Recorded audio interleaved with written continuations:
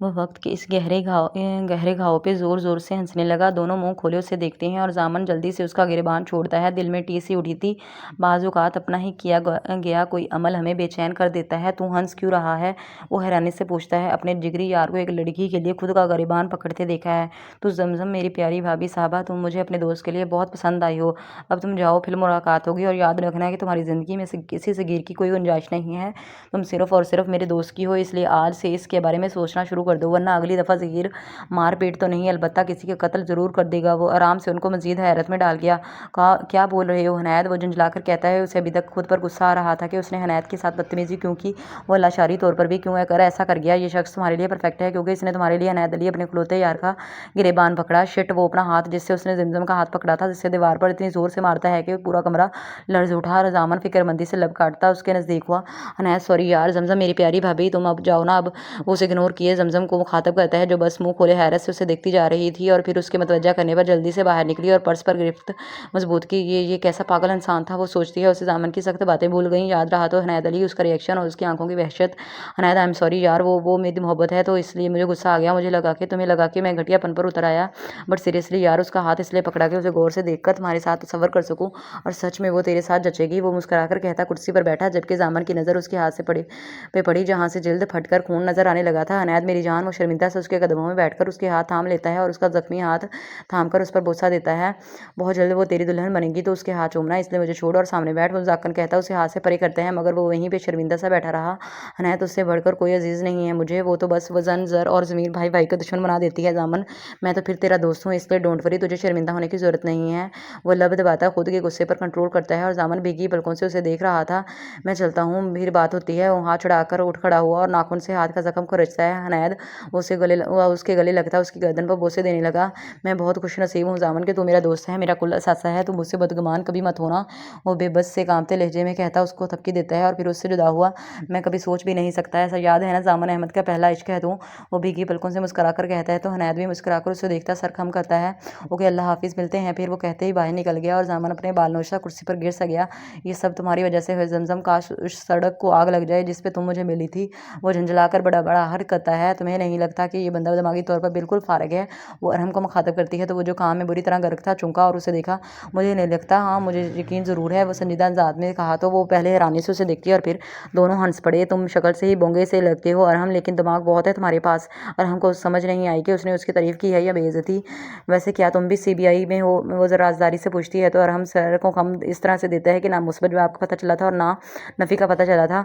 तुम्हें ये नज़र का चश्मा लगा है क्या? वो जो फिर से काम में बिजी होने लगा था कि हनैद ने कुछ देर में उससे फाइल मांगनी थी। इस लड़की के बेतुके सवालों पर मुंह के साफे बिगाड़ता है। नहीं, खानदानी ट्रेडमार्क को लेकर चल रहा हूँ। आखिरकार फजूल सवालों के फजूल जवाब अरहम से बेहतर कौन दे सकता था, और मिजाब उसके बिगड़ने पर मुंह बनाकर रह गई। इस वक्त सर कोक एंड शवारमा लेते हैं, तो तुम्हें टाइम के साथ चले जाना चाहिए। वो उसे हिदायत करता है, तो वो मुंह चढ़ाती उठ पड़ी। पता है मुझे, समझे चिशमिश। वो मुंह फुलाकर कहती चली गई और अनम उसके तेवर देखकर पहले हैरान और फिर मुस्कुरा गया। शवारमा कहाँ से लूँ, ये तो पूछा ही नहीं। वो मिजाब सर पर हाथ मारती सोचती है और फिर वहीं की कैंटीन से बनवाकर हनायत के ऑफिस की तरफ बड़ी सर आ जाऊँ, वो पूछती है, जबकि हनायत भी अपने अजीज तरीन सेक्रेटरी की तरह काम में बुरी तरह गर्क फरकत सर हिलाता है, तो मिजाब भी सर हिलाती उसकी नकल उतारकर उसके सामने टेबल पर ट्रे रखकर उसके संजीदा चेहरे को देखती है। हल्की हल्की दाढ़ी में उसका सुर्ख सफेद चेहरा बहुत दिलकश लग रहा था। वो उतना ही बैठे हुए हैंडसम लगता था जितना दूर खड़े हुए लगता था। मिजाब उसकी शानदार पर्सनालिटी से हर दफा ना चाहते हुए मरूब होती थी। वो मुझे कुछ बात करनी थी, वो इजाज़त चाहती है, और वो काम में बुज़्ज़ी से सर लाता है। वो मैं उस दिन के लिए माजरत खाऊँ हूँ। दरअसल मैंने पहली दफ़ा ऐसी दुनिया में कदम रखा है, तो मुझे मिसअंडरस्टैंडिंग हो गई थी। आइंदा तुम्हें कोई शिकायत नहीं मिलेगी। वो सीधी खड़ी टेबल के कोने को नाखून से खरींचती धीमे से माजरत करती है। इट्स ओके, ये फाइल पकड़ाओ। वो हाथ आगे करता है, अलबत्ता सर नीचे ही झुका हुआ था कि वो पेन से कुछ जल्दी जल्दी लिख रहा था। अच्छा, वो जल्दी से फाइल उसकी तरफ करने लगी कि फाइल कोक से भरे गिलास से टकराई और पास पड़ी फाइल्स और मेज़ बेहतरीन अंदाज में ख़राब हो गए। ओह सॉरी, वो दांतों तले दबाकर जल्दी से बोली कि अब खैर नहीं, और हनायत लिखना बंद करके उसकी तरफ देखकर सोच कुछ और रहा था। हनायत सर, वो बेचारी उसको आवाज़ें देती जा रही थी कि कहीं सदमे से आंखें अंधी और दिमाग माउफ तो नहीं हो गया, और वो अपनी जगह पे बिजनेस में उलझा हुआ था कि कौन सा प्लान किस एरिया में लगेगा और कितना प्रॉफिट अमल में आएगा। हनायत, वो आखिरकार उसका बाजू हिलाती है, तो वो होश में आया। क्या हुआ? वो मेज़ की तरफ शर्मिंदगी से इशारा करती है और हनायत सर हिलाता मुस्कुरा गया। इट्स ओके, इसमें कौन सी बड़ी बात है। आराम दोबारा फाइल्स की प्रिंट निकलवा लेगा, इसकी सॉफ्ट कॉपी तो मौजूद ही है, और मेज़ पेवन से कहो वो साफ़ कर देगा। वो दोबारा से फाइल पर कुछ लिखने लगा कि फिर चिल्ला उठा, शवारमा, गुडनेस, जब तुम्हें जॉब पे रखा मेरा शवारमा ख़राब कर दिया। वो शिकवा करता कोक से गीला हुआ शवारमा देखता है। 100% पागल इंसान है ये। फाइल्स ख़राब होने का अफसोस नहीं, इश्वार में एक अफसोस है। वो दिल ही दिल में पेचो खताब खाती है, नया ला देती हूँ। वो चीज़ें समेट कर उठाती बाहर निकल गई और हनैद मुस्कुरा गया और अपनी कंप्लीट हो चुकी फाइल को दराज में रखता मोबाइल निकाल कर गर्दन के बल निकालता है और फिर रॉकिंग चेयर से उठकर कोने में पड़े सोफे पर जा बैठा। उसका ऑफिस काफ़ी बड़ा था, जिसमें सामने ही उसका टेबल और फिर कोने में 2 सोफे रखे हुए थे। ये लोग कुछ ही देर में दोबारा आती, ट्रे मेज़ पर रखती बोली और हनैद जल्दी से शवारमा उठाकर खाने लगा। पूरे 10 मिनट लेट हुई हो, वो रिश्वत दिखाता बावर कराता है तो वह बना गई। अलबत्ता जवाब देना ज़रूरी नहीं समझा। अब मैं जा सकती हूँ? नहीं, वो फ़ौरन जवाब देता। बड़े बड़े बाइट ले रहा था। तो फिर क्या करूँ? थोड़ा टेम्पर लूज़ होने लगा। अपने बाल खोल कर दिखाओ, वो आराम से कहता है और मेज़ाब को लगा जैसे उसने कुछ गलत सुना हो। वो नदीदों की तरह खाते उस बंदे को देखती है। क्या कहा? मुझे सुना नहीं। वो दांत पीस कर गोया हुई। मैंने कहा अपनी कैप उतारो और मुझे अपने बाल खोल कर दिखाओ। सिंपल। अब फ़ारसी में भी बोल कर दिखाऊँ? वो शवारमे की आखिरी बाइट मुँह में डालता मुश्किल बोला, माय गुडनेस, जब तुम्हारी जॉब की मैंने वो भी उसी की तरह अंदाज में बोली और मुँह मुस्कुराने लगा था। तुम्हें ज़रा बराबर शर्म नहीं है जो ऐसी घटिया फरमाइश कर रहे हो? तुम्हें लगता है कि मैं तुम्हारी ये बात मान लूँगी? नो नेवर, ऐसा सोचना भी मत। वो नॉन स्टॉप तकरीर करके उसके तासुरात देखती है जो कि ढीठ ही मालूम हो रहे थे। तुमने खुद साइन किए थे कॉन्ट्रैक्ट पे और रूल नंबर 4 के मुताबिक तुम्हें मेरी हर जायज़ बात मानना होगी। वो आराम से कहता है, तो ये नाजायज़ बात है, मैं हरगिज़ तुम्हें अपने बाल खोल कर नहीं दिखाऊंगी। वो नफ़ी करती है। हनायत मोबाइल मेज़ पर रखकर पॉकेट में हाथ डालकर उठता है और उसे ऊपर से नीचे तक देखा। जायज़ तो ये भी नहीं है कि तुम अपने फिगर का कमाल सरेआम दिखाओ। वो उसके तंज पर थोड़ा शर्मिंदा हुई कि वो इस वक्त तंग पैंट शर्ट पहने हुई थी। तो बेफिक्र होकर बाल दिखाओ। वो फिर जिद करता है, लेकिन क्यों? वो अब के बाद थोड़ा झंझलाई थी। मैं चेक करना चाहता हूँ कि कहीं तुम्हारे बालों में कीड़े तो नहीं। वो फिर तंज करता है। मेज़ाब मुँह खोले उसे हैरत से देखती है। आखिर तुम चाहते क्या हो? वो बेचारगी से कहती है। तो हनैद कोक का गिलास ट्रे से उठाकर मुँह को लगाता, एक ही बार में सारा पी गया और फिर उसकी तरफ बढ़ा। मेज़ाब उसके लंबे कद से एकदम कन्फ्यूज़ सी हो गई। मेरा मुशाहिदा है कि छोटे कद वाली लड़कियों की ज़बान उनके कद से 2 गुना होती है ना? वो फिर उससे सुलगा गया, लेकिन अब की बार वो आग लगाने का सोच भी नहीं सकती थी। देखो, वो उंगली उठाकर थोड़े सख्त लहजे में वार्न करती है, मगर असर किसे था? वो मुस्कुराकर उसकी कैप उतारता, उसके जोड़े में मुकीद बाल सिल्की खोलने लगा और मेज़ाब ना चाहते हुए खामोश हो चुकी थी। उसके गिर्द इस शख्स की दिलफरेब खुशबू रक्स करने लगी थी। वो डर रही थी कि हनैत तो पागल है, लेकिन वो उसके जज्बात से खेल रहा था। वो अपने अंदर खामोशी से सोए हुए दिल और जज्बात की अंगड़ाइयों को रोकने की कोशिश करने लगी। वेरी नाइस, आइंदा मेरे ऑफिस में जब भी कदम रखो तो लड़कियों वाली लुक में रखना। मुझे फीमेल सेक्रेटरी चाहिए, वरना नेक्स्ट टाइम। ये शर्ट बाकायदा कलर से हल्का सा पकड़कर धमकी दी और मेज़ाब को फिर से उस पागल इंसान से खौफ महसूस हुआ। वो अपनी बड़ी बड़ी आंखों को मजीद बड़ा करके खोलती, सर ऊपर उठाई उसे देख रही थी और इससे नेक्स्ट टाइम अब की बार नजरें झुकाई और मेज़ाब उसकी बोल्डनेस पर पानी पानी होती जल्दी से सर हिलाती ओके के कहने लगी। हनैद उसके सहमने पर मुस्कुरा गया और उसके लंबे कमर तक आते बालों को हाथ में पकड़कर उनकी खुशबू को महसूस करके मुस्कुराता हुआ उसकी हसीन सूरत को देखता है, जहाँ बहादुरी तो बहादुरी, खौफ भी सर चढ़कर हसीन लग रहा था। सर में आई कमीन।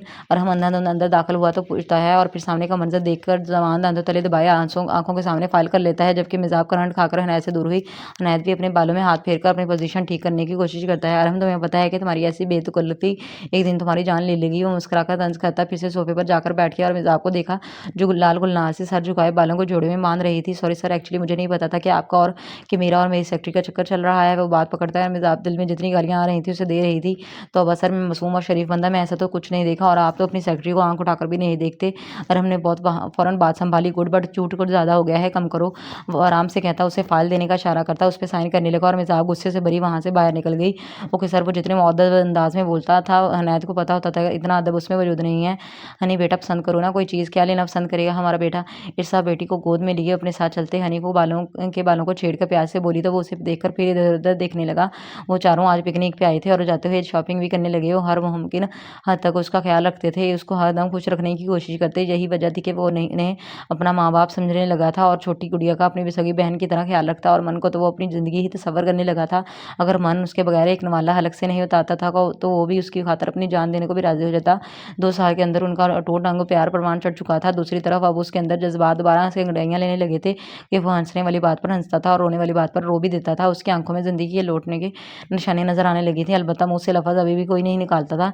वाओ, हनी एक शर्ट को हाथ लगाकर अपनी पसंदगी का इज़हार करने लगा तो इससे पहले मन चल रहा था उस शर्ट को पकड़ता कुर्सी लगाता है। अरसा हनी की आंखों में दर आने वाली मायूसी को महसूस करके मन को शर्ट उसे देने का इशारा करती हैं तो वो हनी को देखता है। उसे शर्ट बहुत पसंद आई थी, मगर उसे हनी का उतरा हुआ चेहरा किसी कीमत पर मंजूर नहीं था। वो शर्ट को मुंह बनाकर देखता, फिर स्टैंड के साथ लगाता है, लेकिन मेरे ख्याल में ये मुझसे ज़्यादा हनी पर सूट करेगी, है ना मम्मा? समझदारी से कुर्बानी देता, अपनी माँ को खुद पर हमारी जाने पर मजबूर करता है। वो अपने समझदार और ज़हीन बेटे को मोहब्बत से देखती है जो अभी क्लास था, लेकिन वो उसको बात को अच्छे से समझता था कि कुर्बानी देने का भी एक तरीका होता है। अगर वो हनी को खुद देता तो हनी को गिल्ट फील होता है कि उसकी खातिर उसका दोस्त अपनी पसंद से दस्त बरार हो रहा है और अगर यूं ही रखकर आगे बढ़ जाता तो हनी को क्या पता बुरा लगता कि उसको ठुकराया हुआ मिला। हनी तुम देखो ये शर्ट मुझे तुम पे बहुत अच्छी मिली है। ये शर्ट उसके साथ लगाकर पूछता है तो हनी मुस्कुराकर सर हिलाता है, लेकिन वो मन से भी ज्यादा ज़हीन बचा था। उसने दोस्त के अमल को समझ चुका था। मम्मा कितना प्यारा लग रहा है ना। वो हंस पे मूल फिर से उसका गाल चूमता। दिन में 1000 दफा होने के नाजुक सेब के जैसे गालों को अपने होंठों से रगड़ डालता था। अल्लाह इनकी जोड़ी हमेशा कायम रखे, इनमें हमेशा ऐसी ही मोहब्बत रखे। ईर्षा आसूदगी से मुकराती दुआ करती है तो अहमद जो इतनी देर उनकी तरफ आते हैं उनकी दुआ सुनकर आमीन कहते हैं। अब चलते हैं। अहमद गुड़िया को भूख लग गई है। वो गोद में भूख से मुंह के दावे बगाड़ती अपनी बेटी को देखकर बोली तो अहमद भी सर हिलाकर चीज़ों के बिल देकर उनके हमरा बाहर निकलते हैं। और जब वो सड़क क्रॉस कर रहे तो एक बाइक तेजी से आती मन को लगने ही लगी थी। मन हनी के मुंह से एकदम निकला और वो उसे धक्का देकर खुद बाइक से टकरा जाता है। सभी शद्दर से चलाते मुंह पर हाथ रख लेते हैं और सड़क पर ऊंधे मुंह गिरे हनी को देखा।